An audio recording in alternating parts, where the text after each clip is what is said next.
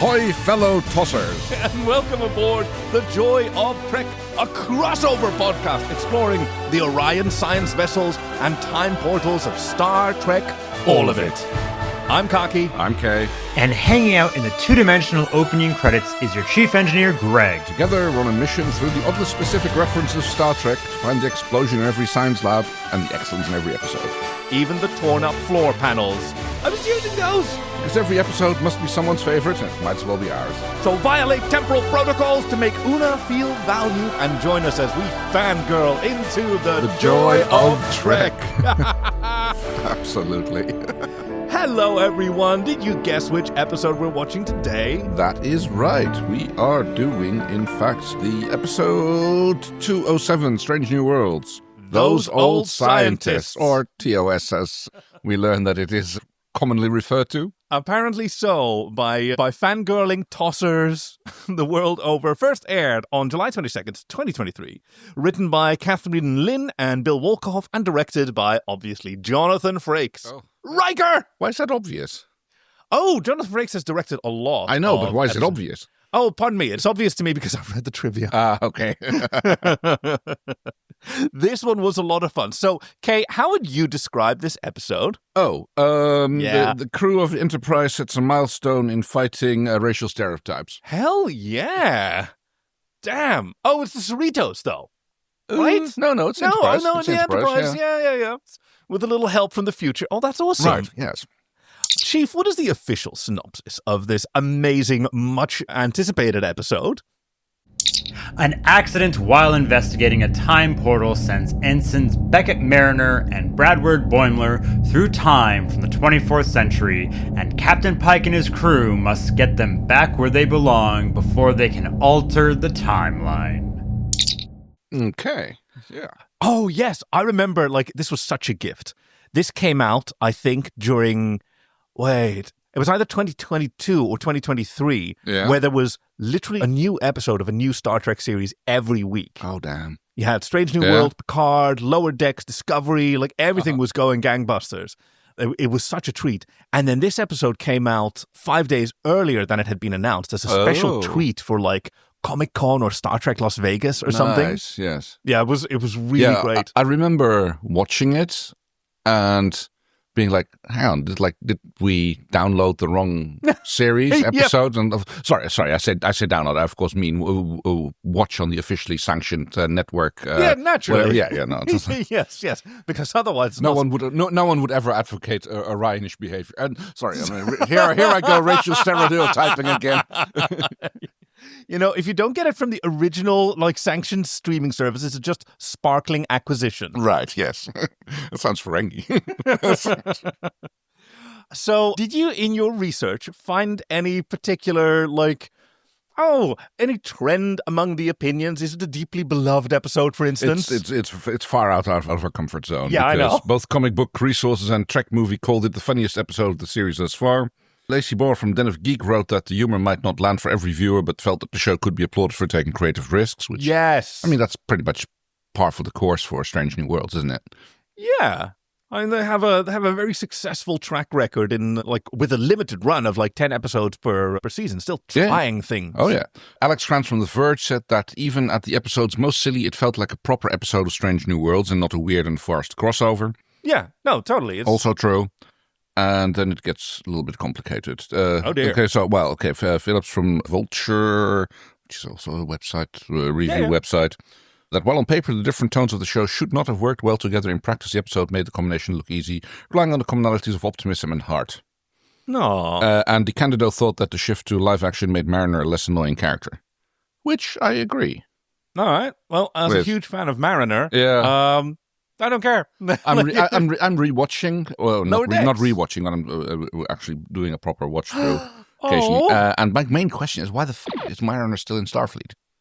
This is an ongoing plot thread. Which season are you in? Oh, first one still. Oh, okay, yeah. I mean, that is a totally valid question, and it's it's a part of her character arc. Okay, what's her relationship with Starfleet? Because doesn't seem like a great fit. Doesn't seem like she wants to be there. Yeah, absolutely not. Yeah. But like she's also a young person, and she's in a like she has a particular like relationship with the larger power structure and like her individuality versus collective behavior. I mean, like, so far, like in the watch through so far, like yes, Mariner is irritating.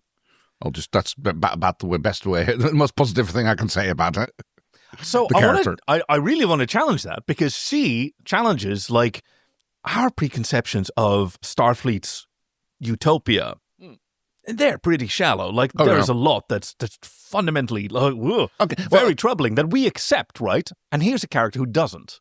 Right, but she's also a massive, what's it called again, Mary Sue, I suppose? I mean, she's like a young lower decks person who's like, was the same time at the Academy as everybody else, yet she's done massive amounts of undercover work.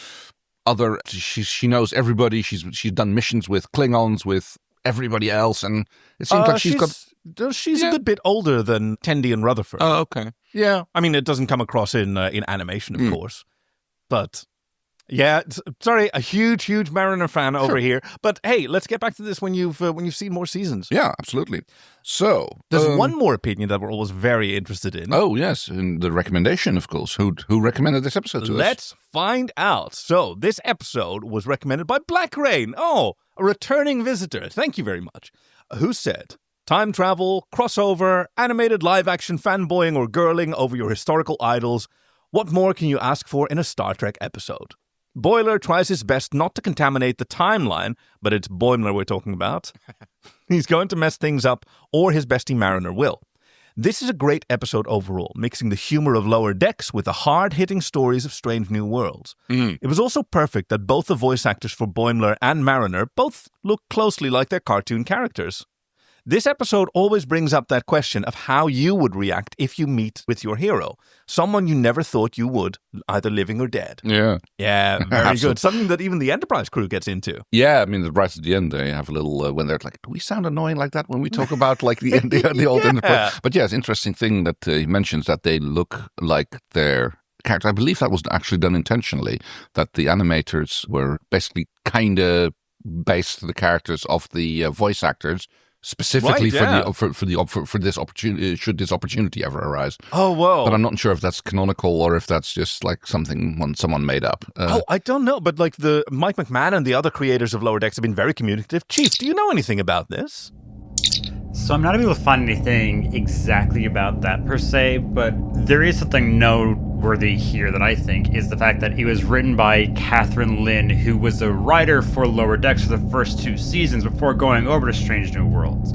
And so they were she already knew the characters very well, and then they were kind of like asking Mike McMahon just like how you think your characters would kind of work some things, but also like he did some punch-up stuff for Strange New Worlds Season 1 when they're like, hey, we just need a couple more jokes or kind of like levity in this sequence. So they were already very collaborative with this, even before the crossover, but they already had all the pieces kind of perfectly in place for this to work so well, because you have a writer who knows these characters, who comes in and knows the new characters and can meld them perfectly. Catherine Lynn did a great job with this script. Yeah, that'll be interesting to find out. I mean, one thing they couldn't do much about is like Boimler is one of the shorter characters on the Cerritos. Right, yes. But he towers over everyone on the Enterprise. I noticed, yes. Like he's my height, right? I'm average for a Dutch gentleman, so that's about 6 feet, which means that Ransom would be at least 7 feet. And oh yes, like the hallways on the Cerritos must be enormous. Yes, he is indeed quite tall, but yeah. And he does that butt wiggle when he walks. It's my favorite thing, Kay. It's my favorite thing. You don't have any warp cores to dump, do you? No, think so. No, nothing. No. Right. If anything, it's like there's got to be almost an opposite of a warp core, because it deals with something like that every Star Trek fan has to deal with. When you watch the older stuff, some of it's a little bit heinous, right? Right. Yes. There's degrees of racism and sexism that at the time seemed very progressive, but we're by modern standards adequate. Yeah, right. That's not what justice looks like. That's a step forward for your time, surely, but we don't do that anymore. No, very good point. But so, yes, I think we can just go ahead and warp right into the episode. So there's a quick little previously on Star Trek. And if you're not familiar with the series, this must be really disjointed. Okay, so there's a time travel plot with La'an, and Uhura's overworked, and there's romance budding between Christine and Spock, and they're kissing, and there's an Orion pirate, and like, how does all this come together? Yeah. Turns out they're just things that will come up in the episode. Yes. Is there an Orion plot? Oh, I guess there is, yes, but... There's the like ginger-bearded Orion, the redhead, who says, yes. let me see. Your parents. It's an Orion specialty. I mean, this has been a Lower Decks thing before, like with Tendi being like, not all Orions are pirates, and like, I've got my cousin here who lives on this pirate outpost, but it's like, he's a blacksmith. Oh, yes, the hot cousin with Mariner has a type, and so do we. This is the first episode of any Star Trek series ever to start with an opening narration by someone from a different series. Oh. Because it starts with... Ensign's Log, Stardate 58460.1. And that's the USS Cerritos from Lower Decks. Yes, that's the point where I'm like, hang on, did we download the wrong episode? Yes, exactly. Because I went into this blind. I didn't know there was a crossover episode or anything, so it was... Oh, what a lucky boy you were! It's like that completely caught me. Like, wait, what? It's like, okay, I guess we're watching Lower Decks now, and then... Yes. It turns out like, Anyway. Oh, that's amazing. The Cerritos has just entered the orbit of Krolmuth B. Yeah. Planet with, it's all glowy. It's got all these stripes across it. I'm not entirely sure what we're supposed to think of that. I mean, there's clearly something in the atmosphere, because like when they're on the planet, you can, down on the planet, you can see them like in the sky above. Oh, right. So that's definitely... Ensign's Log, Stardate 58460.1. The Cerritos has just entered the orbit of Krolmuth B, home of the Krolmuth B portal. One of my all-time favorite portals. We're taking routine portal readings and making sure the portal area is free of any portal problems. Yeah, and it was... It was discovered by Captain Pike and the original crew of the Enterprise. I mean, the second Enterprise, but technically... It's gonna be like every other portal, and we're just running scans. Yeah, but that's the best part. Yes, especially Rutherford is really excited about scans. Yeah. Because, yes, he might even detect some tachyons. Because he thinks that... Radiation's a super useful form of energy. Science! I mean... I want to high five. I mean, radiation... I mean, yes. Yeah! I love Rutherford. I wish we got Rutherford and Tendi. I mean, okay, that's probably the deleted scene that I'm going to run with. It's like, what would have been like if Rutherford and Tendi had come through? Oh, that would have been... Oh, interesting. It would have been 8 times longer. I mean... Well, I'm trying to imagine what Rutherford and the chief engineer of the what's her name again? Amanda Pelia. Would those be like?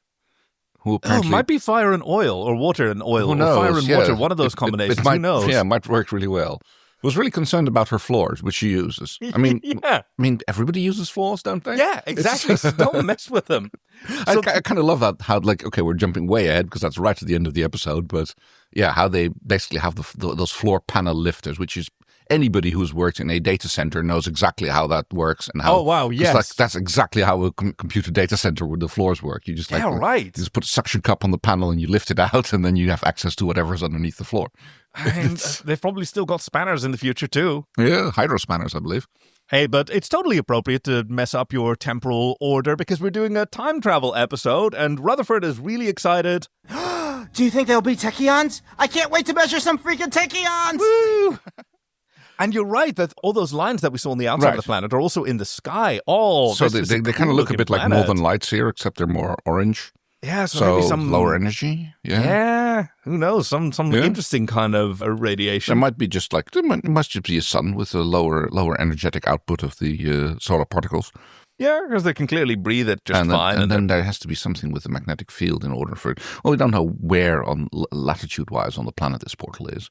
Actually, it doesn't matter because those streaks are all over the planet as far as I mean, they seem to avoid the equator, but I don't know. We don't know how the poles work. And Tendi has some interesting trivia about this portal. Hey, did you know that this portal was actually discovered by Orions? And then Boimler says... Oh, Tendi. The Enterprise actually found it. Ooh, no, an Orion science vessel did. Yeah, damn right you are. Well, technically, no. Technically, Boimler's correct here. Yes, but also so is she. I mean, history is what is recorded. True. History is written by the victor, as they say. I love this portal because it looks like a big old, knot or something. It does a bit, yeah. It's kind of like a Stargate portal, but with the second one kind of square, smushed into there at an angle. Yeah. It's definitely not they're not at right angles to each other, which is an interesting design choice. Which kind of makes sense, I mean, why would it have to be right angles? And that's assuming, are they intersecting rings or interlocking rings, or is it like one non-ring shape that has sort of wibbly wobbly? It's hard to tell. I think they're two. I mean, like if you scroll a little bit further down to the live action series, where you can get a better look at it, and it's like it's basically one ring which is partially buried, and the other one which is like looks out to be only buried in the pedestal. And the smaller one is like inside the outer one, just like standing at a slight angle. Curious. It's off-center and angled. So yes, basically the portal gets activated thanks to presumably Rutherford taking a holo picture. Yep, because he asks... Boimler, this way! Give me a Spock pose! Oh, yeah. Okay. Live long and prosper. Yeah. And that portal gets turned on. Oh no! Help! The portal's trying to portal me! Stop lurching towards it! Which is not exactly lurching towards. Remember me, like Beverly Crusher when she was... And Boimler screams, oh my God. Out on the other side pops Boimler. And he's a little bit confused when he sees Hot Spock. Well, this is funny. He goes like... Very realistic. Okay, which is a bit of a weird I know. fourth wall break. Because but as far as he's concerned, everything looks realistic in his cartoon world, I guess. And yeah, weird. So how can he like? It's a very weird. It's really open to interpretation. I mean, it can be that he sort of wakes up expecting to see like holograms or something. That's like literally a what he photograph. says. He's like, that's when he's in the sick bay. He goes like, Computer and program? Yes, that comes after the credits, which also we need to talk about because absolutely. they were fully animated, and it's a shot-for-shot like remake of the usual Strange New Worlds opening. right, with a few little things.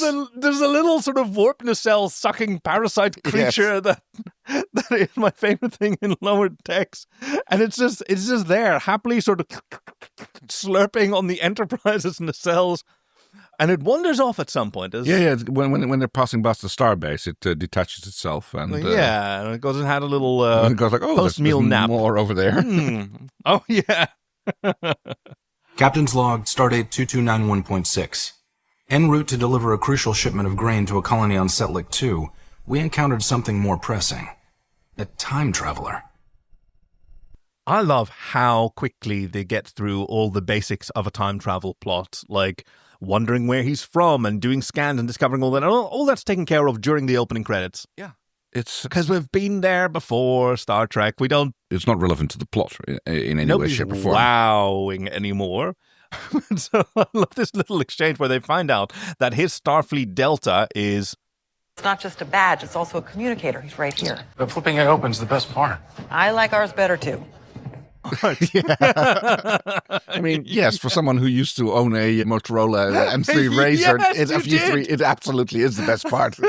Actually, the best part is flipping it closed again. It's like, I am done with this conversation. Yes. I had the Samsung Z Flip, the tricorder model, and yes, I loved hanging up on people. The person who's the most amazed is Boimler when he wakes up. And Captain Christopher Pike. That's me. Computer and program? Yeah. He immediately assumes he's on the holodeck. He sticks up his finger and he's about to sort of touch Pike in the chest, and then he sort of retracts and Never mind. Sorry. The portal, that means I'm on the and what's the star date? Yes. 2291.6. Exactly how far in the future do you hail from, Ensign? Yeah. And he's so relieved that he doesn't have to Oh, thank God. Yes, I don't have to bottle all of this up, which is essentially what he's got to do the rest of the episode. That's his whole thing. I know, right? Yeah. I love that his hair's purple. Oh, yeah, of course. I mean, they couldn't really have not done that. And we still don't know, is this a dye that he puts in? Is this some ancestry that he's got? Is this some cosmetic thing? It's just what he looks... Is he even human? No, it's not. It's never mentioned specifically. I mean, he lives in what looks like a vineyard, but is actually a raisin farm somewhere on Earth. Okay. But lots of non-humans live on Earth. Sure. La'an isn't human in the strictest sense. Una isn't human. Yeah. I mean, that's, Starfleet for you. Yeah, speaking of Una, as soon as he sees her, he immediately sort of sort of climbs up and we see how tall he is. That was weird. Yeah. And she starts wondering whether, you don't think he knows something about my future, do you? Yes. And Pike goes, no, it's fine. I'm sure. I mean, that's a recurring theme throughout the entire episode. Like, people like wondering what the other people know about them. It's most specifically mentioned, well, twice actually. There's a discussion with Pike at some point when they learn that Pike kind of knows what's in his future.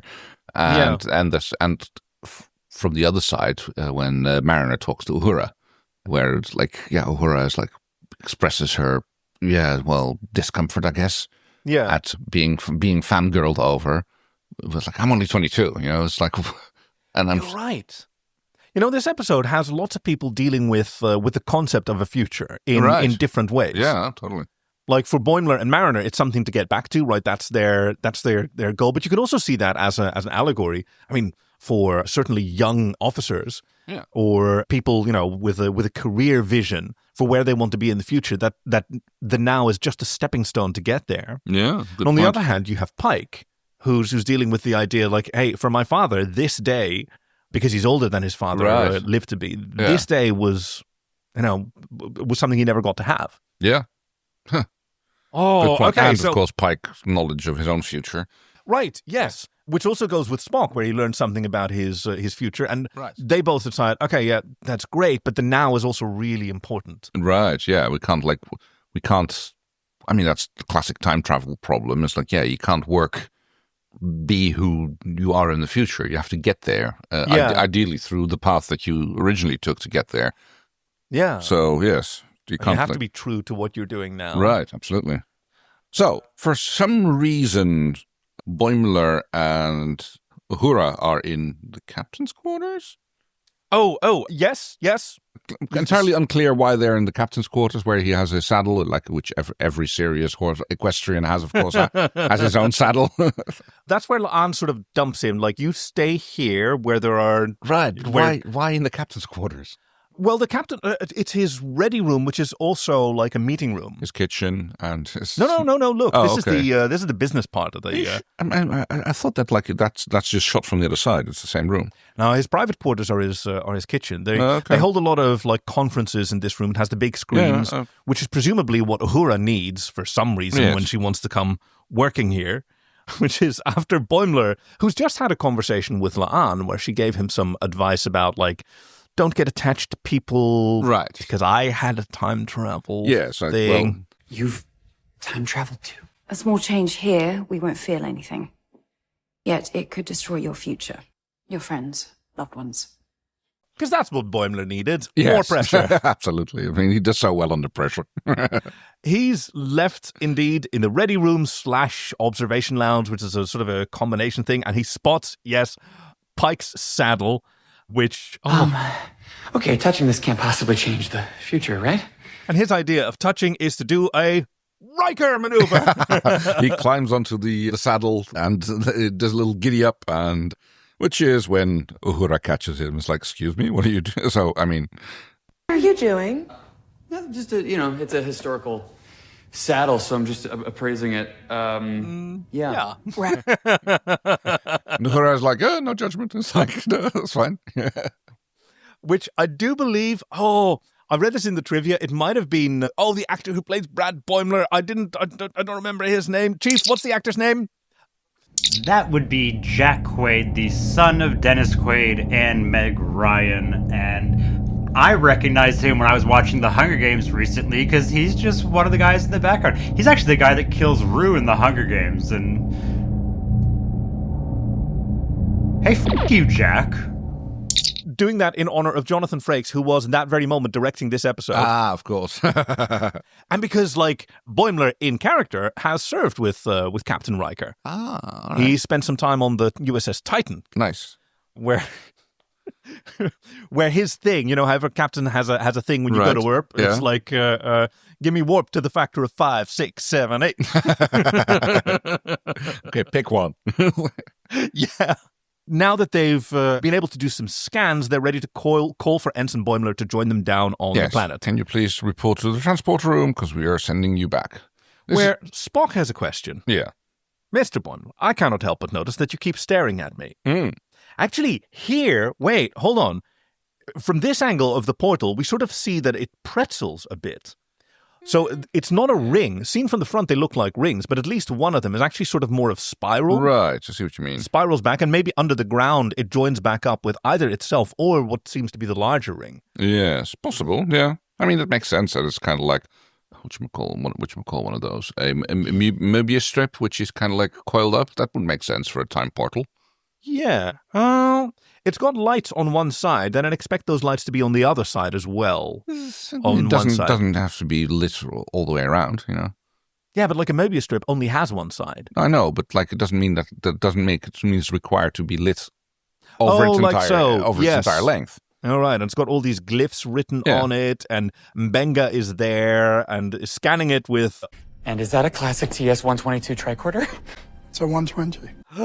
Can I hold it? Can I hold it? Oh, he's so reverent. They never really improved on these. Yeah, they got smaller and more powerful and arguably less likely to explode. But design-wise, Say what? Should we be holding these? That's something that we haven't discovered yet. Because, Spock has also noticed that you keep staring at us, and he's given a very good reason why. Because as he explains how this happened, okay, I got a photo taken of me, and this emits radioisotopes. Hollow image. Why would taking a photo emit radioisotopes? But sure. So I guess it was just dumb luck? To which Spock responds with... Yeah. What is this? It's like, and this greatly disturbs Boimler. And he asks Mbenga, does he always laugh like this? No? Definitely no. Yeah. But fortunately, or maybe unfortunately, they are interrupted because arrival stage left are the Orions. Yes, an unknown ship, but believed to be potentially Orion. It's this, what does it look like? It's kind of like, the mosaic? I don't know. It looks like it's like got lots of sticky outy bits with lights on it.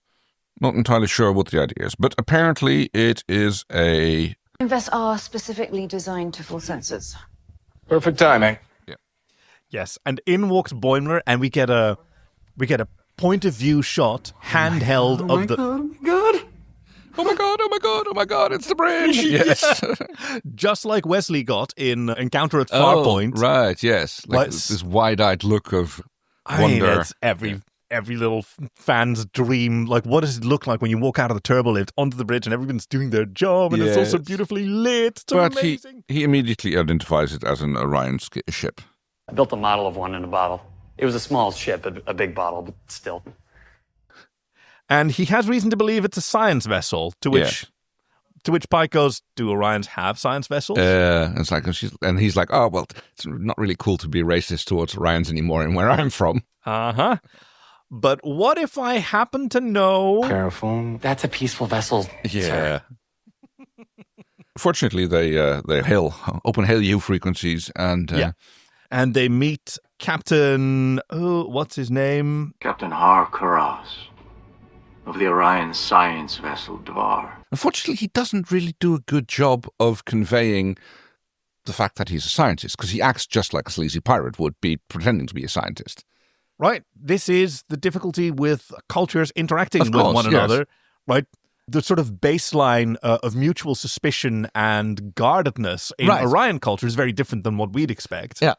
And the humans are acting in a guarded fashion. Yeah. Well, I mean, yes, humans are going, okay, all Orions we've seen so far that we used were pirates, and all of them deny that they're pirates, of course. And so we now have a scientist, so there's really no telling the scientists. They're not particularly doing anything scientisty that we can tell.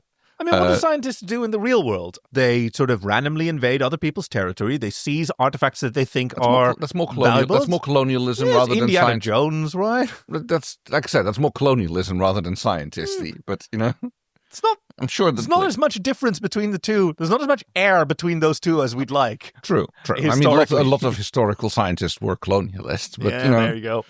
Or at least taking advantage of the position that the colonialists gave them. And some of them were just weirdos. Do you know how weird Isaac Newton was? Oh my God. In which way are we talking about specifically? I mean, yes, but...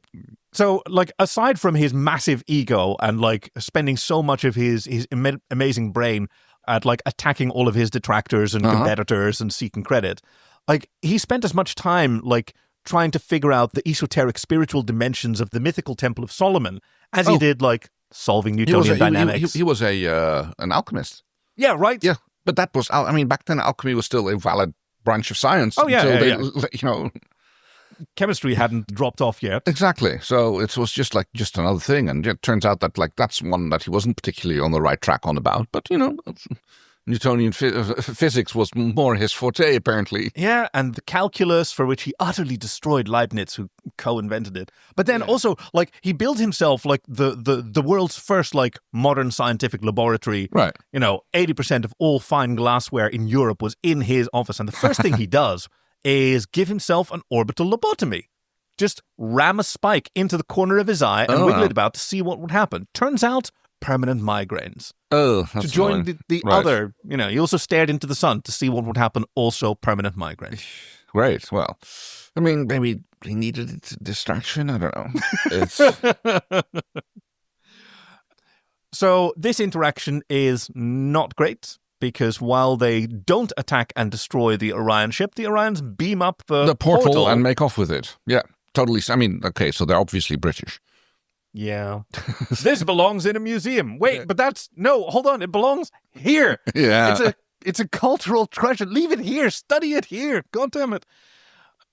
And Pike blames Boimler. It was a blame magnet. It's kind of his thing. He didn't really do anything. I mean, just like he stopped the shooting. I mean, what do you think would have happened if, like, Boimler hadn't spoken up? How would that scenario have gone? Probably shields up. Then they couldn't put the shields up. That was the thing. Like, there was something, the shields are still down or something. That's like what they say. Was there? Oh, okay. Yeah. No, I figured and the phasers were... I mean, there's a comment that the Orion captain makes about, like, it's nicer to talk when you don't have phasers locked onto you. And then they go like, okay, cancel the phasers. Oh, like so. But put in a photon spread and prepare a photon spread. Oh, I don't know. I think if both of them had their shields up, right, in a defensive posture, then there would have been no beaming. But other than that, yeah, you're right. Clearly. How could this have turned out different? Yeah.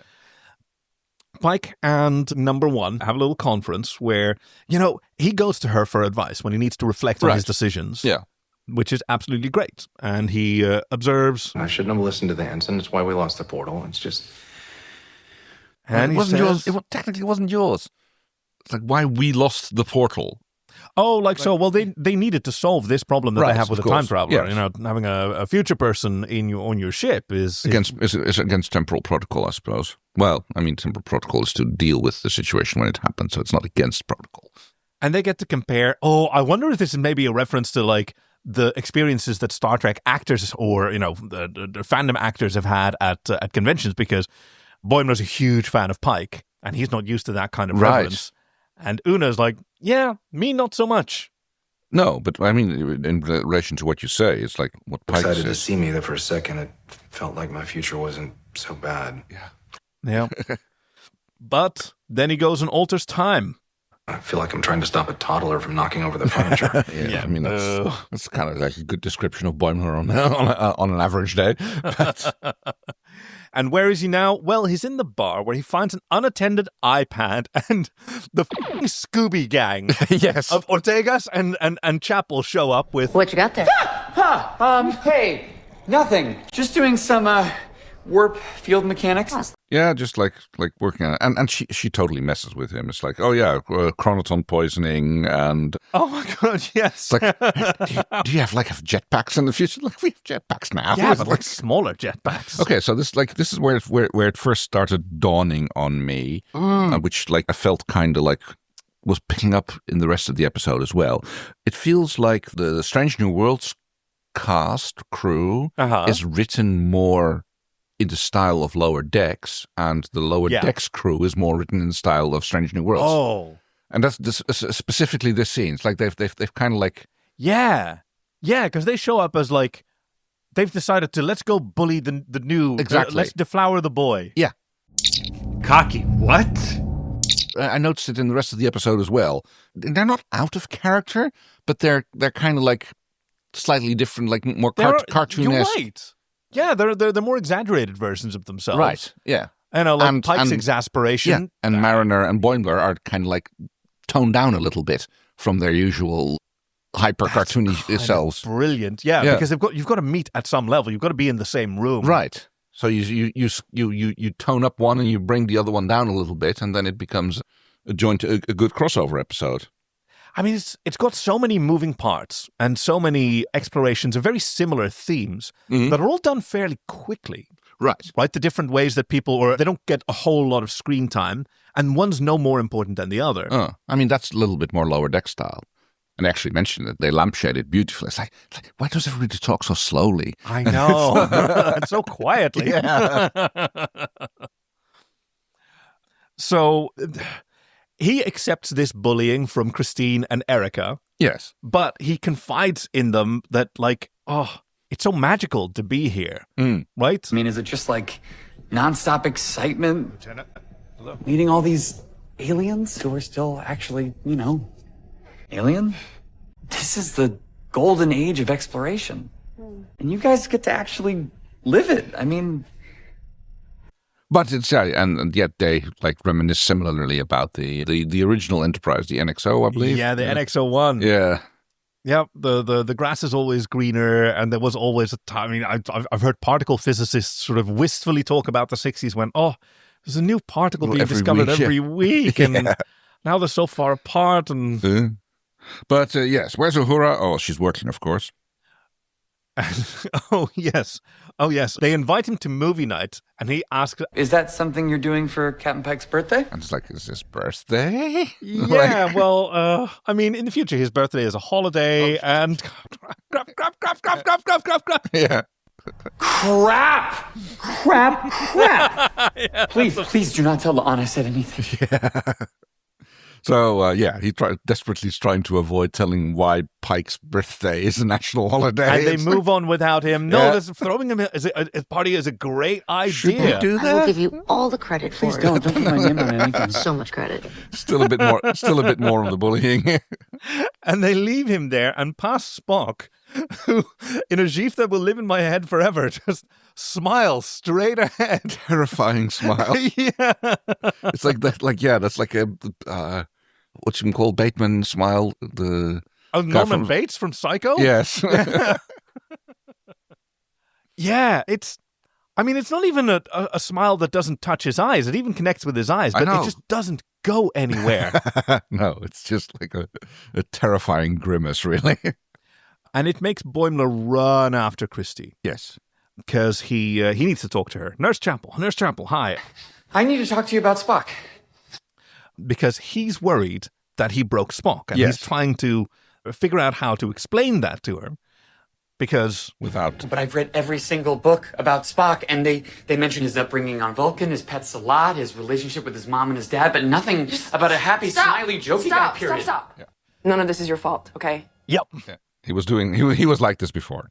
He's experimenting. Oh, thank God. And then he realizes, you're the one who's been influencing him, not me. I shouldn't have said anything. I wonder if there's anything about Spock's relationship with Chapel in any of the books about Spock. Ooh, yeah, I bet there was a lot, because that flirtatious tension, and certainly Chapel's interest in Spock. Right, yes. It's even expressed later in the original series. Yeah, the Naked Time. Yes. Now I keep forgetting which one is... I think the Naked... Oh, yeah, I don't know which one is which. Right? Yeah. It's hard. Yeah. Okay, so they need to find the Orions. Yeah, there's just no way to do that. And Boimler goes, raises his hand again, and I love this notice scene where Pike asks for suggestions and Boimler takes his hand and not you. And he says... Yes, using future knowledge. Yes, I know I shouldn't. But what if I could use it and you guys just... Don't look. Look the other way, which is dismissed at first, but the next shot, everybody's standing there with their back towards... facing away from Boimler, who's getting himself entangled in the cables underneath the console. He's preparing the piñata that they're not supposed to look at until it's ready. Right. And lo and behold, they find the... Future Boy did it. Yeah. So, yes. Bring on the ship. There's a little bit more discussion about get a little bit more of time protocol being broken. And Boimler's like, yeah, you really try not shooting at these guys because it might break shit in the future. Telling them that they're not supposed to. Yeah, I mean, this whole science thing is kind of plausible, even though they stole the portal.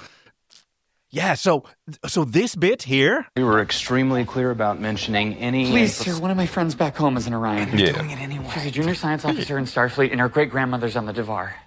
Right, there. So, is that a violation of temporal protocol when you're in a situation where you see, okay, the actions that they're going to take here will alter the future? Right. That I know, because you're going that is a very interesting question, yes. Right, you're going to kill an ancestor. And again, maybe not. People survive starships being shot at, Yeah. Oh, good point. Yeah. Oh. But so, there has to be a peaceful solution, he says. And I know diplomacy is one of your many, many strengths. Including really great hair. Yes. And then we get this fantastic look of Spock, who looks at Pike as if he's never noticed that Pike has hair before. I have no idea what it was, but I've specifically got that written down. Oh, that sheep's going in the pack. Spock looking at like, oh wow, he's got hair. He really has, and it is really great. I guess. I mean, almost the way you'd expect Spock to look at Kirk in one of the fanfics that we occasionally read. That kind of look is what you'd expect from that. My eyes are down here, Spock. Yeah. So, yes, a little bit of negotiation with the Orions who are like, okay, well, maybe we can be convinced to give the portal back in exchange for something. And, oh, what do you know? You have like a bunch of grain on board. Like, that would be a nice gesture if you gave that to us. You got yourself a deal, Captain. Apparently the portal is returned. Yes. And this is conveniently in the running time of Lower Decks about... where the episode would be resolved. Yeah. We're about 22 minutes in. Yeah, that's normally when you'd have the resolution. Kind of what it feels like, yes. Unfortunately, there's enough charge in the portal left for one more trip. Pike tries to say something nice. This has been an unexpected day for all of us. And he goes like, okay, here we go. Portal opens and Mariner pops out. Yeah, smacks into him, wrestles him to the ground. Like, yeah, I saved you. Yeah, I did it. Mariner, what are you... And everybody else is just standing there going, well, shit. I remember like my other half was watching this with us and he's like, apparently he'd forgotten that he'd seen this because like because he reacted like, oh, cry. He like his exclamation when Mariner came out was like, I think he was expecting it to be over at that point, the episode. It does feel like it, It right? does. It does. It's like, oh, now it gets resolved and everybody goes back home and problem done. Structurally, this is kind of brilliant because, yeah, we've had a few iterations. God, I'm just realizing this now. Every plot thread has sort of been touched on and has some form of resolution. Right. Yeah. Right. Una still doesn't know why he's afraid of her. That one's still sort of left, but you could leave without that. Yeah, that doesn't make any... I mean, not everybody gets told everything. I mean, even Pike gets not told. They don't do the thing where, like, do you know about... I mean, there's another episode where...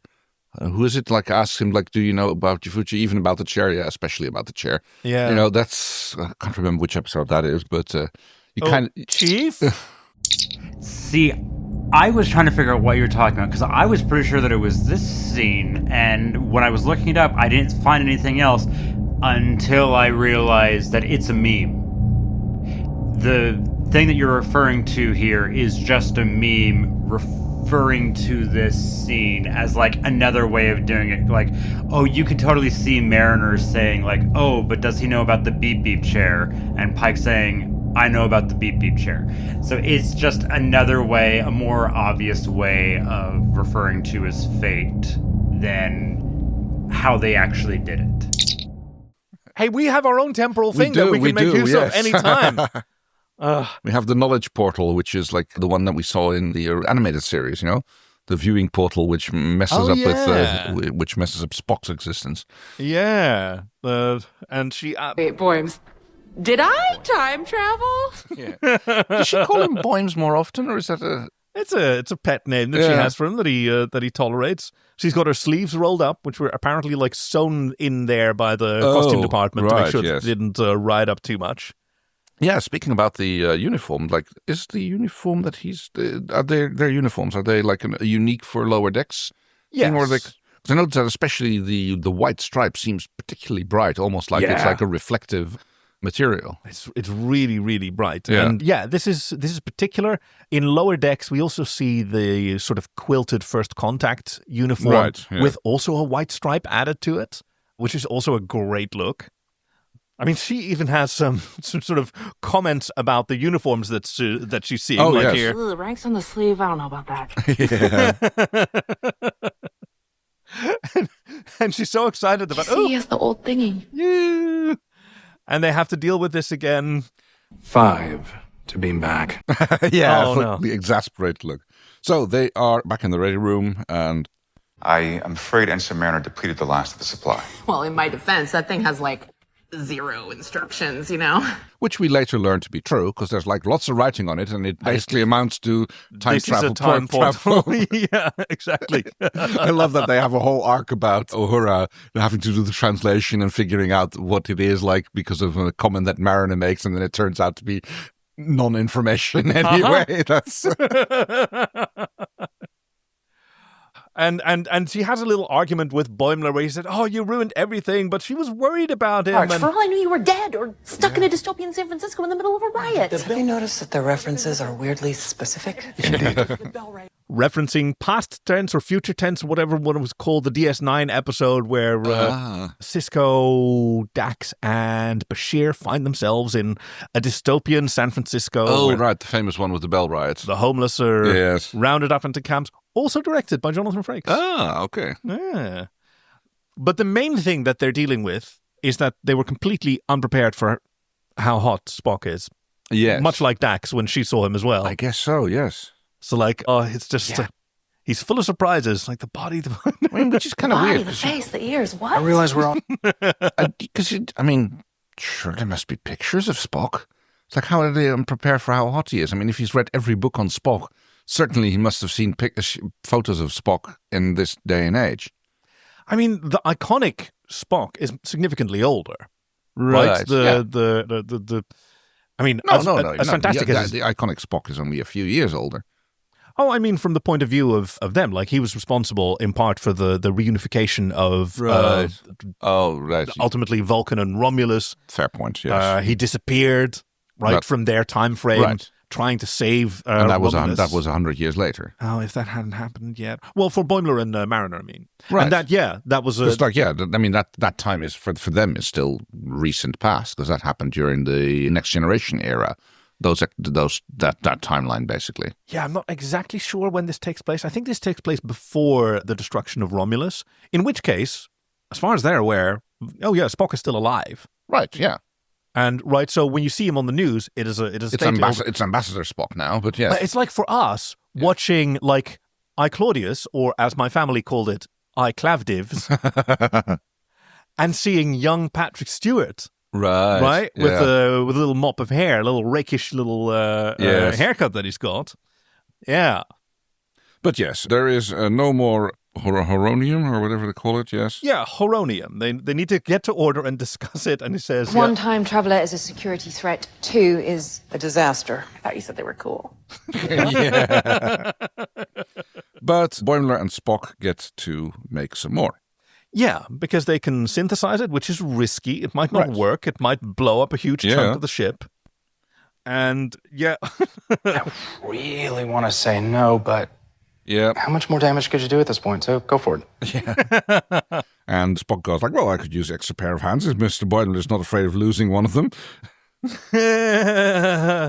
that smile again. Which is, what the Yeah.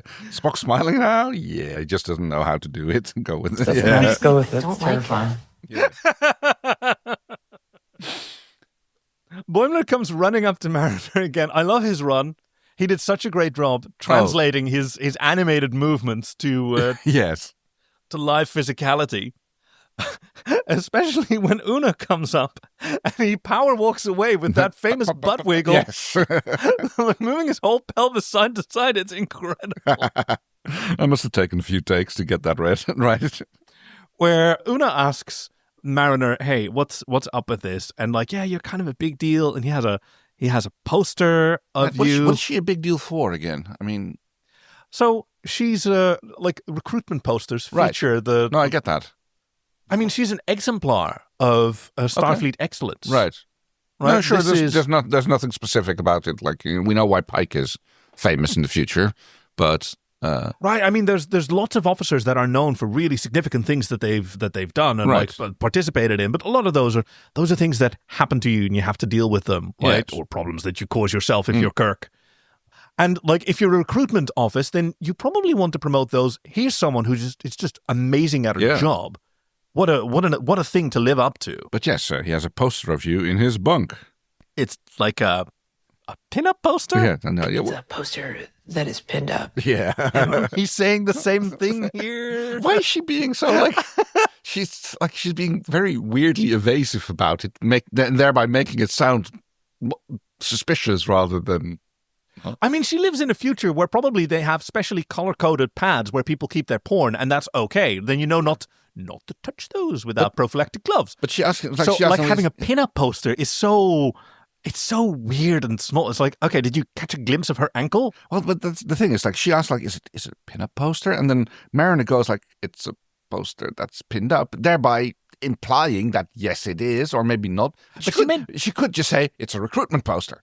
She doesn't know what a pin-up poster is what I'm saying. Oh, okay. Right? That's just completely not something people don't do that. Have, saucy so posters. Somewhere in 100 years. Okay, fair enough. You got holodecks, right? What do they do with pin-up posters? Right, fair. I mean, yeah. I mean, we still have written porn, even though there is like TV, like filmed porn. So yeah, true. It just depends on which erogenous zone, how you would like your erogenous zone stimulated. I mean, the mind being the largest erogenous zone there is. Yeah, certainly the weirdest. Well, yes. I wonder if I've ever seen like a pin-up poster that wasn't like ironic or a historical artifact. Yeah, I mean, I guess. I mean, there's quite a lot of. I mean, live action maybe. Don't know. I mean, there's a lot of furry art pin-up. Oh yes. Yeah, no, I forgot about it. But they're also like I've seen photos of friends' homes where what was once hung up like a pinup is now framed in glass because this is an original like Michelle Light from her translucent period. Yes, or people who just like wallpaper their wall with just like printouts. Yes, that's okay. That's weird. No, I get that. Yes. No, but hell on, weird is wonderful. Right. Mariner gets to hang out with Uhura. Yes. Because she faked having some experience in alien linguistics. She took a linguistics class or something, yes. And she kind of bullies her into taking a break. Yeah.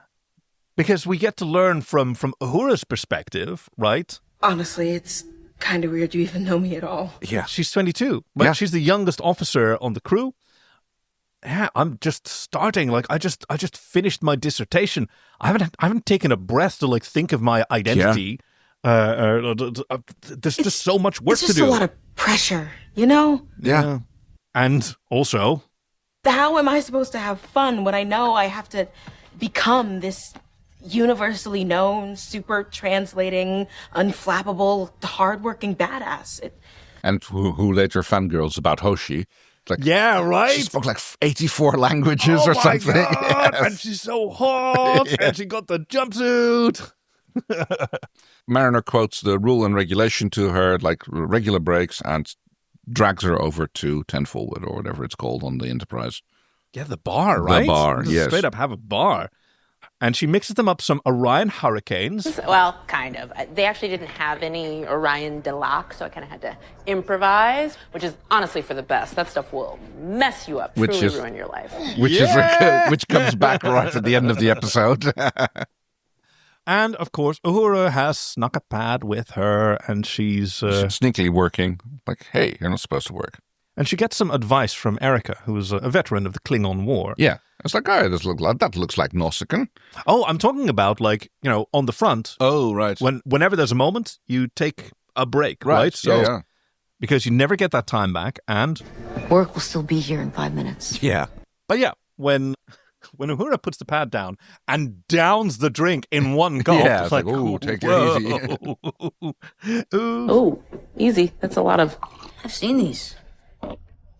Guy tried to trade me a Domjot set. Yes, at Starbase Earhart, which is like, oh. Very good. Like, when does that one get its name? And like, 'cause it's usually Starbase, like... Some of them are numbered. There's also Starbase Yorktown. Okay.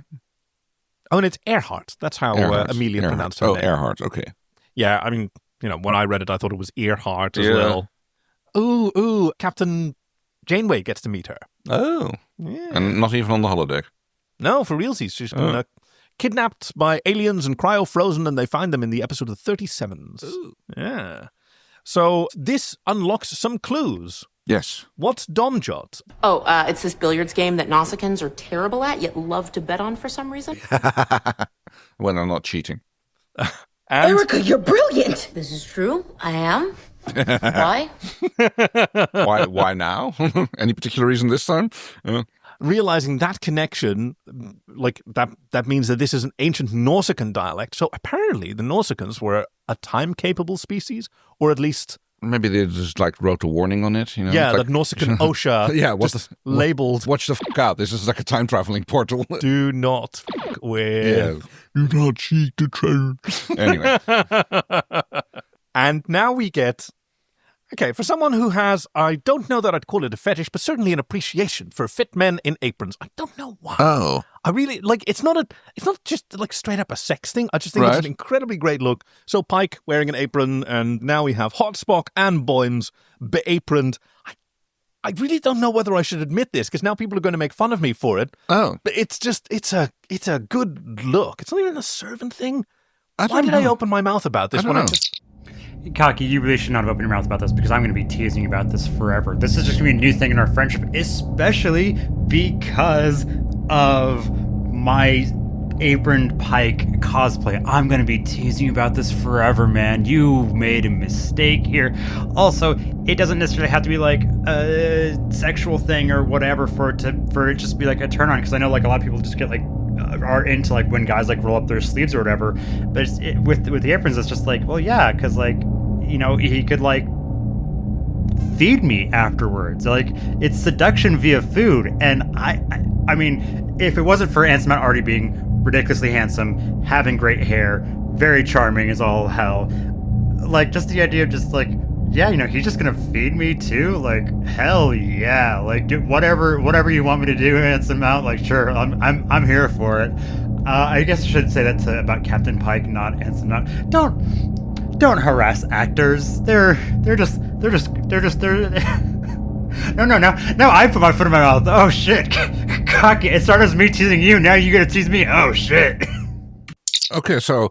This is where the scene where they are synthesizing the, whatchamacallit, the unobtainium. The Heronium? Yeah. That's the one.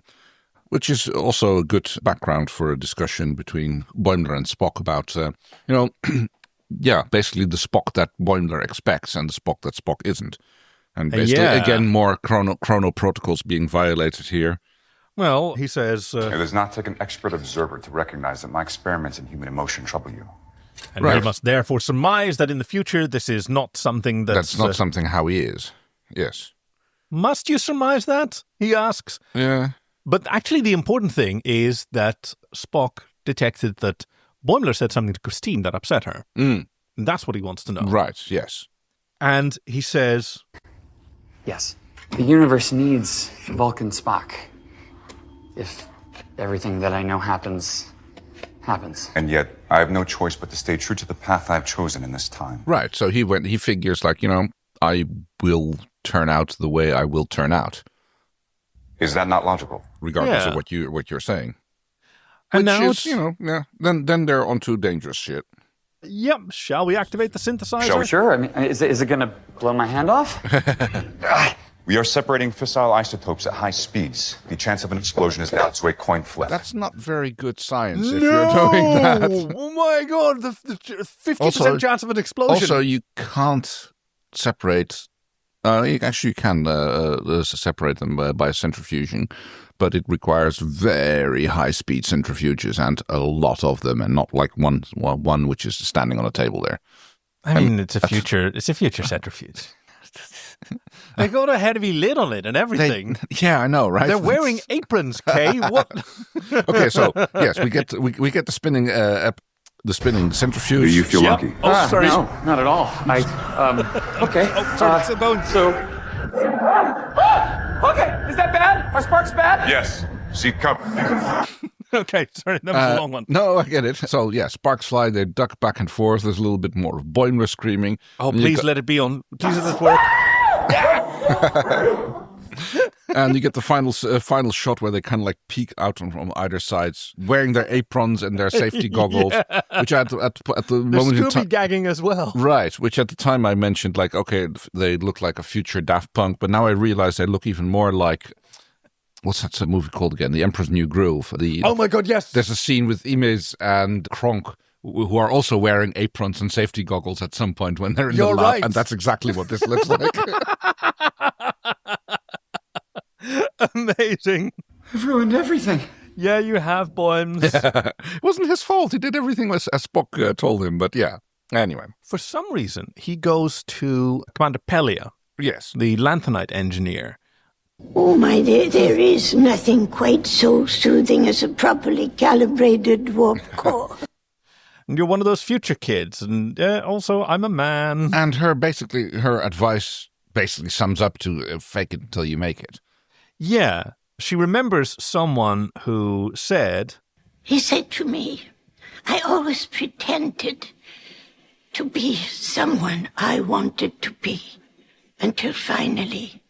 I always pretended to be someone I wanted to be, until finally I became that someone, or he became me. Yeah. Paraphrasing Cary Grant. Oh, okay. She got around, did Pelia. I suppose so. I mean, she canonically lived in the US during the late 20th century, so... As an art thief, if I recall correctly. A collector. Collector, yes. Is what art thieves like to call themselves. Yes. We get a beautiful shot of the Enterprise. Right, and just showing flying that... into the shuttle bay. Right, and showing that like almost 80% of the engineering section is shuttle bay. Yeah, shuttles take a lot of space. I know, but like, where the hell did they keep engineering? The bottom part. It runs through there. There's Sure. There's another 50%. No, okay. I mean, it's a valid question. Like, up until the Star Trek 2009, the J.J. Abrams film, right, shuttle bays were always, like, fairly small. I think the worst example was in The Final Frontier, where just the set and the special effects were not very convincing. Right. And, like, the shuttle bay looked barely wide enough for a shuttle to make it through the door. Yeah. It was kind of dinky. But I mean, that makes sense in a way, you know? It's like you want, like, what are you going to do with all that extra room? Like, you want, like, you want a shuttle, like, tucked away tight, you know? It's like one of those little tenders that you get in on super yachts. Like, you know, when you got a super yacht, which has a little docking bay for the tender, so it doesn't have to float behind it. And like you have those, the same thing when you've got like those massive RVs, which then have a Lamborghini in the bottom. Oh yeah. Well, I mean, it's how many auxiliary craft do you bring with you, right? What's their utility? And like on the Enterprise, it was suggested that they had, you know, a few. Yes. You never saw huge shuttle bays. It was mostly for storage. Right. But that's exactly my point. Like, you've got this massive shuttle bay, which is 80% wasted space, which you'd think is at a premium on board a starship. I mean, for the shuttles, yes. I think on the Enterprise in 2009, you see that there are, like, on the sidewalls, there are multiple levels of pads. So you want to fly in, then find your berth, make a turn, and then land there. And then lots of times you see, like, shelving stacked up on the sides. Right. Conveniently placed crates and things to fall onto crew members whenever the plot requires them to. Boo. But also, like, it might be a welcoming place for other spaceships.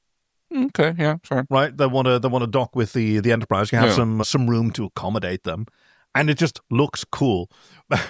And we find ourselves in a shuttle in the dark. Yes, where Boimier has snuck out to. I'm not sure what he's doing.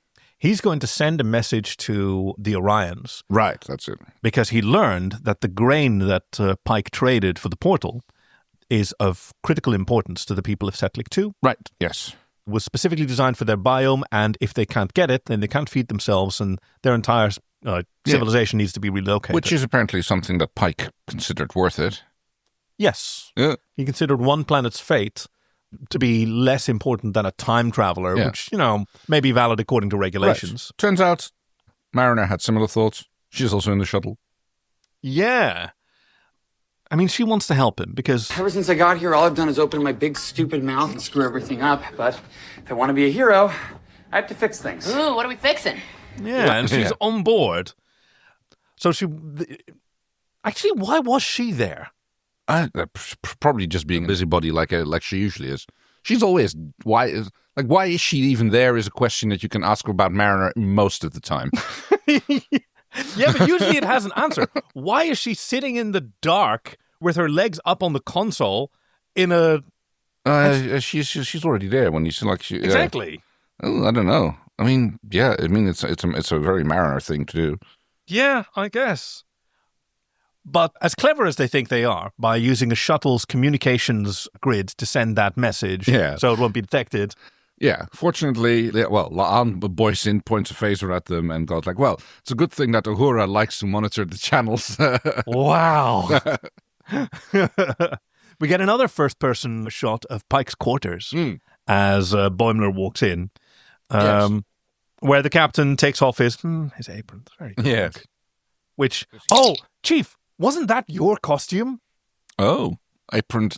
Yeah, with like a spatula tucked in the sort of pocket. What's it called? The pouch, the kangaroo pouch that they have. I guess it was for Halloween. So was he then cosplaying Pike, or was he cosplaying Boimler, who dressed up as Pike for Halloween?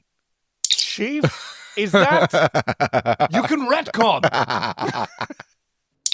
Okay, no, it definitely wasn't, because I was not silver-haired. I had my beard. I didn't dye my hair purple either for Boimler. I was just like, hey, you know what? Here's just a comfy, uniform, but let's do just a little bit something special to make it kind of more unique. I even tried doing a little, wine glass full of, weird-looking, liquid, but I did, a solid version, so it, stayed there. Yeah, that didn't survive air travel at all, so... But no, that was not my intention, was Boimler cosplaying as Pike. That was not my intention, Cocky. That's a you thing. Let's dye your hair purple. Anyway. And Pike says, for a guy who seems like a rule follower, you certainly break a lot of them. Yes, that's... He's chiding them. Quite rightly. Yes, because, don't be busybodying. You're not supposed to be doing this. And for the love of God... I heard that you've been encouraging my crew to throw me a surprise party. Please stop doing that. Yeah, that's a personal favor that he's asking them, because he realizes they're stuck here now, so we have to deal with one another, and this is a problem that. Yes, I think this chief's probably also going to get some use. It's the Pike going please stop doing that. Yeah. And he also confides that he knows about I think I know what you're getting at, and I already know. Yeah. And Mariner sort of insensitively mimes the facial paralysis that he's going to suffer. And he confides in them that it's more about his father. Yeah. Whom he didn't get on with and who didn't live to be as old as he is now. So, my plan was to finish this mission, then sit in a fishing cabin on Setlik 2's ice moon, bring a good bottle of whiskey, and have that talk. And then Boimler very wisely says... Someday you're not around anymore. How many people on this ship would wish they had another day to talk to you? Which Pike clearly has never considered. Yeah. Yeah, you can see that actually the dawning of realization on Pike's face when he's like, oh, yeah, he's actually right. Yeah.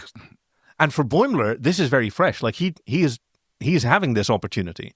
For people that he's never met before, sure. But he's also had this, oh, wow. This hero worship, wouldn't it be amazing to be among them? And now he is. And it's kind of like a bit of a letdown, I guess, in a way.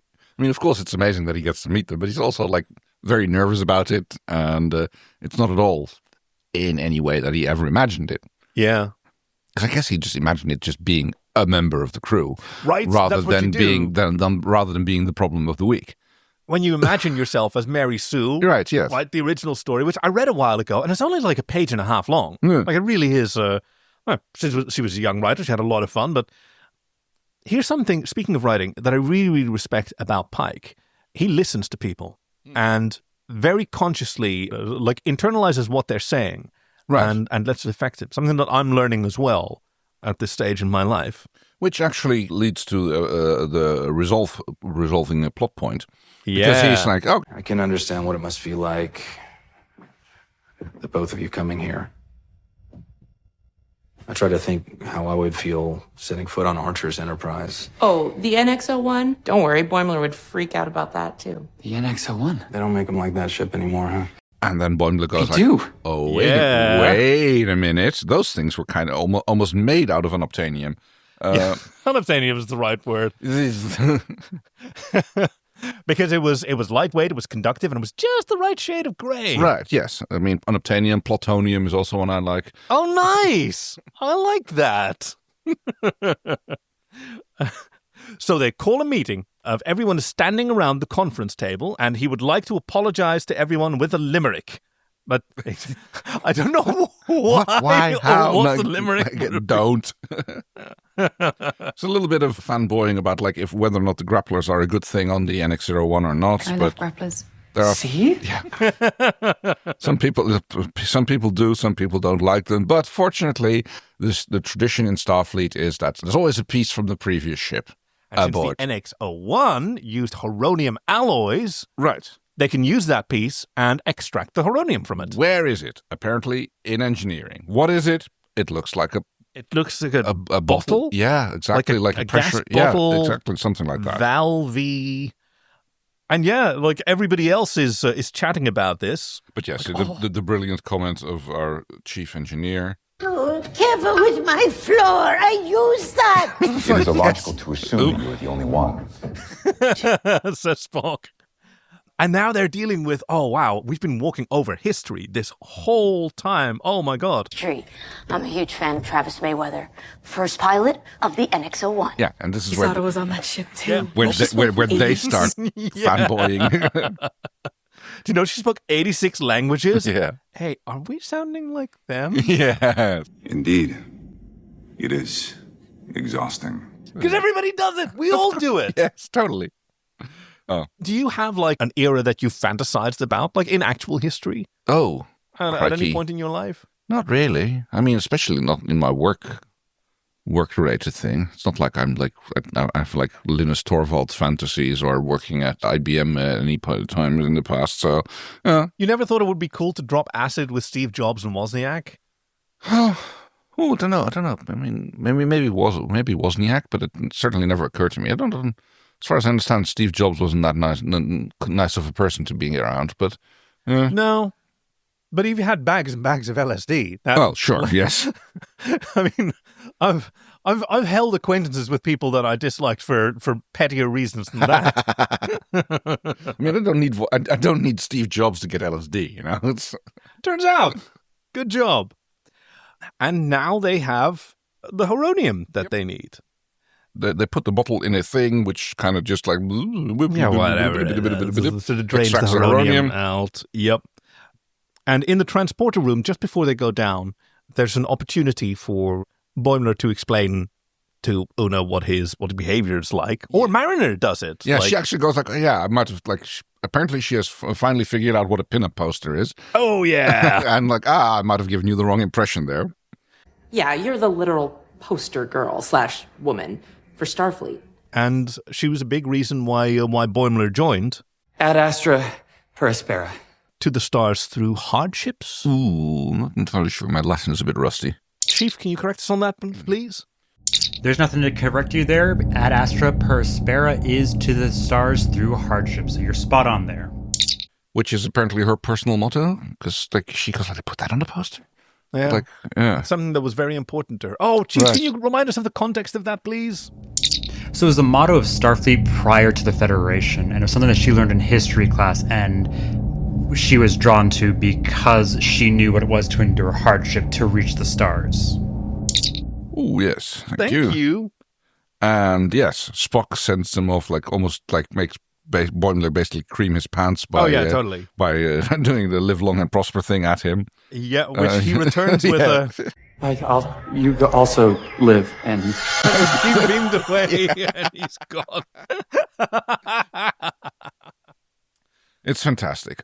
At the portal, the Orions are kind of like hanging out there, like, you know, they're like a scene from, I don't know, West Side Story or maybe Grease. Oh my God, yeah, that's exactly what they look like. They look like greasers who are there. Exactly. Yeah. And like one of them's combing his hair, the other one's like bouncing a rubber ball on the floor. Playing with his switchblade knife, cleaning his nails. Yeah, exactly. Oh my God, that's what they're doing. Because they did get Boimler's illicit message. Yes, apparently it wasn't blocked entirely by Uhura. And they're there to trade the grain back for the portal. Yes.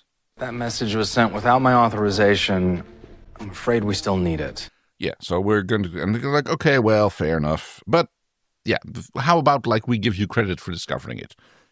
Yeah. Well, this is, like, they go through a few phases on here. Yeah. Because first they have to identify they're from a future, right? And these two are from the future. And we need the portal to get them home. Really? To a future where it's considered offensive to assume an Orion is a pirate. Yeah, which seems to mollify him a little bit, yeah. They get to brag about how one of their best friends in Starfleet is a scientist, although she does also go by the name Mistress of the Winter Constellations. It's very strange. The captain immediately perks up at. Yeah. You can start, I know that's like... And I have an Astria Tandy on my ship. And he's amazed. I'm like, how do you know that? Like, well, duh, we're time travelers. Just told you. And this is actually where what you just said about how Pike listens to people and how he gets his diplomatic thing, isn't it? Because he does the Pike thing. He reads the room and he discovers he discovers what it is that his opponent wants. I mean, it's what he did with the negotiations with the guys who mirror whomever they're talking to. The Rongovians, yes. That's the one, yes. Yeah. And yeah, it's basically it's his thing. It's like he reads the room. He can he can figure out what people want, what will motivate them. Yeah. Oh, that's wonderful. Like it comes from empathy, and that's why he wants that like to essentially give them the credit for this wonderful discovery. Mm-hmm. To which the captain says, "That's all I've ever wanted." Yeah. So it turns out, he might actually be a scientist. He wants to be known as a scientist. I mean, it's kind of like same for Tendi, you know. Like Tendi is much, very much against the Oronian. Orion. Or Orion, depending on which type of Orion you are. Are they Orionites then? Orions? Yeah, Oreos. Very tasty. Yeah. Who's also always kicking back against that? They're just pirates. Yeah, I mean, like there are aspects of their culture that are intertwined with the concept of piracy, right? That goes back and forth in a lot of different directions, as we see later in the seasons. Oh my God, you're going to learn so much about Orion culture. You're going to have such a good time with Lower Decks, Kay. Yes, portal opens, everybody pops on through. Like they kind of have to stop the other two from Should we go get them? Tendi and Rutherford. Like no, stay on that side. No, please. This time we really are at the end of the episode. Yeah, please no. And Pike, he has this sort of smirk. Yeah, okay, bye. Please be gone this time. Please go. GTFO. And Mariner and Boimler walk through this portal and out the other side, and we're back in animated world. Yes. Where they find themselves at the right height again for their for their body. Oh, Tendi, you were right. It turns out Orions did discover this portal. I know, I told you. My great-grandmother discovered it. But he knows... Astria, right? That's right. Yeah. He knows the truth. How'd you know her name? And they are apparently debriefed. Because when they return to their bunk in the lower decks, and Boimler says... Thanks for coming back to the TOS era to get me. You picked that up from Ransom. Why does he always call it that? It stands for Those Old Scientists. Yeah, why not? Why not? We got a retronym, make it into a backronym, make it work. Oh, and then Ransom, who apparently came up with that, walks over. The poster comes out. Numero uno, hottest first officer in Starfleet history. Ow! Hey, how was... Yeah.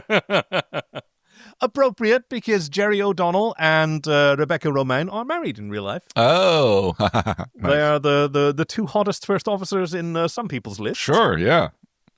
And it turns out that Mariner had been like actually working to get this assignment. Now we learn out a bit more about her. And like, oh, you fought for this mission. Did it just so I'd get to go. No, Ransom's just an idiot with a bad memory because he Mariner sleeps face goes down into like her- a baby. Shut up.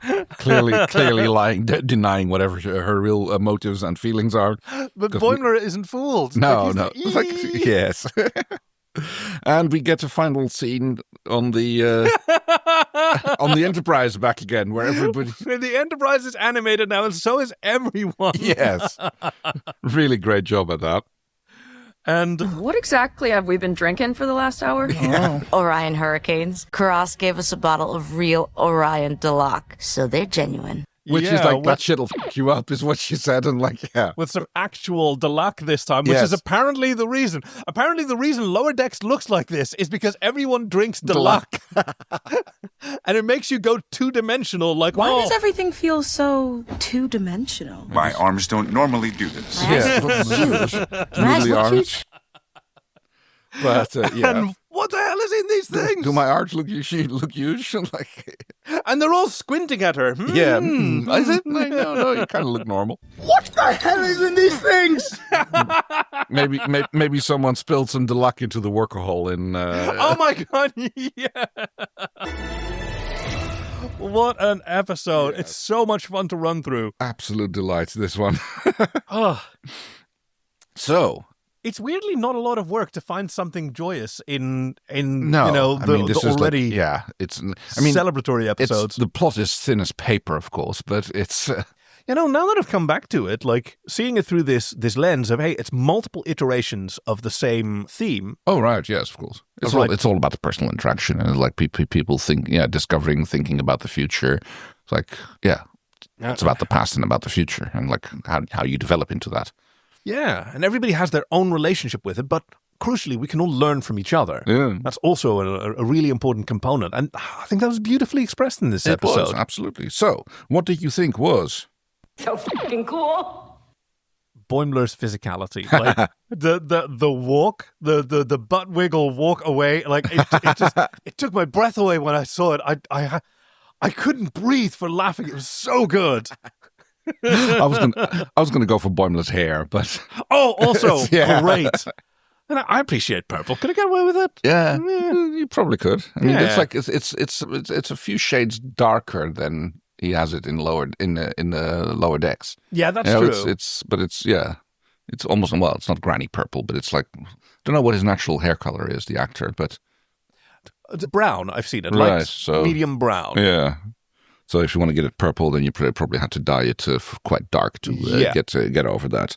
Probably. So there's so much to love in this episode. Like, also, this is I think the largest number of like favorited gifs that we've had for an episode in a while, because they're all such bangers. Yes. So many good lines. The writing was incredible. Oh yeah, it's fantastic. It's like I said, it's like I think they tried to like write the characters in the Strange New World characters a little bit more like lower deck characters. Yeah, it's a great observation. Yeah, a little bit exaggerated, and the opposite for Mariner and Boimler. Yeah, and also the episode was almost written like a Lower Decks two-parter. Right, yeah. With a reset in the middle. Structurally brilliant. So, Captain's log, supplemental. What scene was left on the cutting room floor? This is so hard. I mean, I made the joke, like, what would it have been if they'd actually come through, Rutherford and Tendi? Yeah. Oh, yeah. Actually, what would it have been like if Rutherford and Tendi came through? Oh, I mean, I think the problem. I mean, that would they'd have to find another source of heronium. Right, exactly. That would have kind of cut into the whole Boimler and Spock working together, because Rutherford would have wanted in on that. So maybe there would be a little bit of infighting between Rutherford and Boimler about who gets to work with Spock. Oh, yeah. A little bit of backstabbing on those. I think Rutherford would really get on with Pelia, though. Yes, probably, yeah. I mean, the appreciating the hum of a well-tuned warp engine. Oh, yes. Yeah, and just taking joy in things. That's also something that Pelia is very good at. She likes enjoying She's things. very, she's a bit of a hippie girl. Yeah, I love that about her. There might have been drugs involved. Yeah, not unusual with for her. Pelia, yeah, quite likely. She's definitely dropped acid with Steve Wozniak. And a whole bunch of other people as well. Yay! Cary Grant, apparently. Oh, I wonder if maybe Tendi and her grandmother could have had some scenes together. Yeah, that would have been nice. I was just thinking that. Like, I would like to see a little bit more of the Orions, because they were a little bit... Yeah, they're there, but they're not really... Yeah. They're not really there for any purpose other than prolonging the story a little bit. Yeah. So I would have, but yeah, let's see what could we have done with more Orion scenes. I mean, the key theme there is, like I was talking about, sort of the commentary on, hey, as progressive as the past, iterations of Star Trek were, but we've moved on from certain stereotypes as well that they were still guilty of. So. That's something to learn. That would have been I think that would have been a good scene. Basically, Boimler working with Tendi's grandmother, and like, oh, look, it actually is a science ship. It's like they actually have a scientific laboratory here. They're actually they are actually doing science, and they have an astrogation room. What's it called again in Voyager? Astrometrics. Astrometrics, that's the one. Yes. Astrogation is such a cool term. No, I love it. Like navigation, implies the sea, and astrogation implies it's fantastic. Oh, I do struggle with like the perception. Oh, they are actual scientists. Gosh, look at these primitives finally doing science. Or more of them. I know you weren't saying that. Yeah, more from an angle of checking one's on, coming to the realization that oh yes, I have kind of been racist about this. From that sort of viewpoint, you could also frame a scene like that. But also, it's a completely different scientific tradition and a cultural cultural system. There might be some incredible learnings that they could get from that. And it would still wind up with everybody getting blottoed on Delac, so it really wouldn't make that much of a difference. Good point.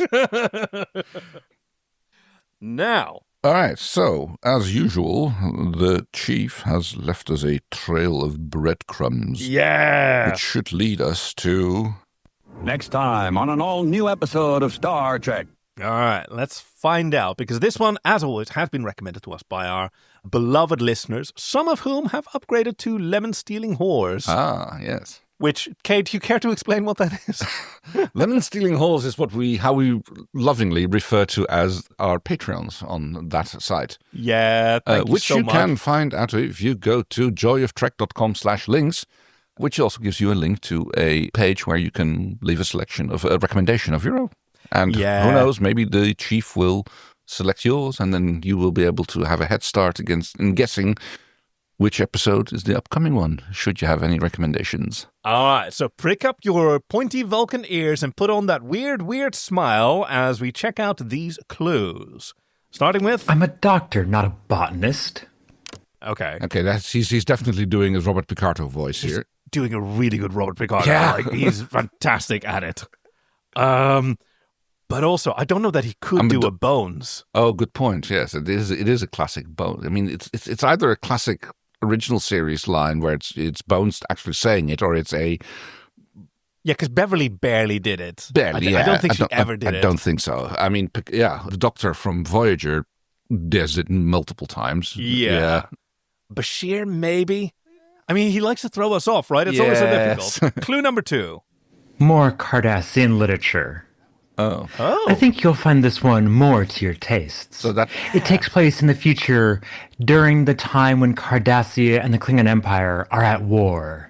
Whoa. Okay, so clearly not original series, because I don't think there was Cardassians were ever mentioned in that. So no, exactly. This sounds starting to feel more like DS9. Yes, but the phase in the courtship between Bashir and Garak where they were recommending a book. Oh, yeah. I haven't let their cats meet yet, so they have to negotiate a neutral location to introduce their cats. I've about given up on learning the truth from you, Garak. Oh, don't give up on me now, Doctor. Ooh. Patience has its rewards. Wow. The Chief has told us that he's been listening to A Stitch in Time, the book by Andrew Robinson from the perspective of Garak, so maybe that's why he was inspired to make the selection. I'm having trouble figuring out which episode, though. Yeah. I can see that Garak hasn't changed a bit. Never tell the truth when a lie will do. Mm-hmm. That man has a rare gift for obfuscation. That quote sounds familiar, but I still don't know which episode seen all of it is. DS9. But it's someone talking about Garak who's known Garak before. Right. I mean, this is one of the isn't it an episode where other Obsidian Order members come to DS9? Yeah, there's a few. So it might be The Wire, where I think Anabrantane is introduced, or another episode with Anabrantane, but I think those are two-parters. Oh, I'm not entirely sure. Okay. Another clue? I want him to live a long, miserable life. I want him to grow old on a station surrounded by people who hate him, knowing that he'll never come home again. Yeah, that definitely sounds like someone who's known him for a while. Of all the stories you told me, which ones are true and which ones weren't? My dear doctor, they're all true. Yeah. Even the lies? Especially the lies. Especially the lies. Yes. Oh, yes. I think this is called The Wire from DS9. Let's find out. It is time to do some garish shipping because the episode is DS9 222, The Wire. Very good. Nailed it. Oh, dead proud of myself. Called it. Excellent. So. Looking forward to that. That'll be in 2 weeks. Obviously, next week we're doing another story reading, which the Chief will tell you more about during the end credits. Which only leaves us with one thing to do. I'm leaving Starfleet. Energize! I could go for an Orion Hurricane now. We hope you've enjoyed this week's episode with your friends Kay and Cocky, production and editing by our chief engineer Greg, and music by Fox Amore. Join us next week for Musical Alert, the fanfiction reading, followed by DS9 222, The Wire. Visit joyoftrek.com/links to send us recommendations, support us on Patreon, or to find us on Blue Sky. We'd love to hear from you. Thank you for listening to The Joy of Trek, and we'll see you out there.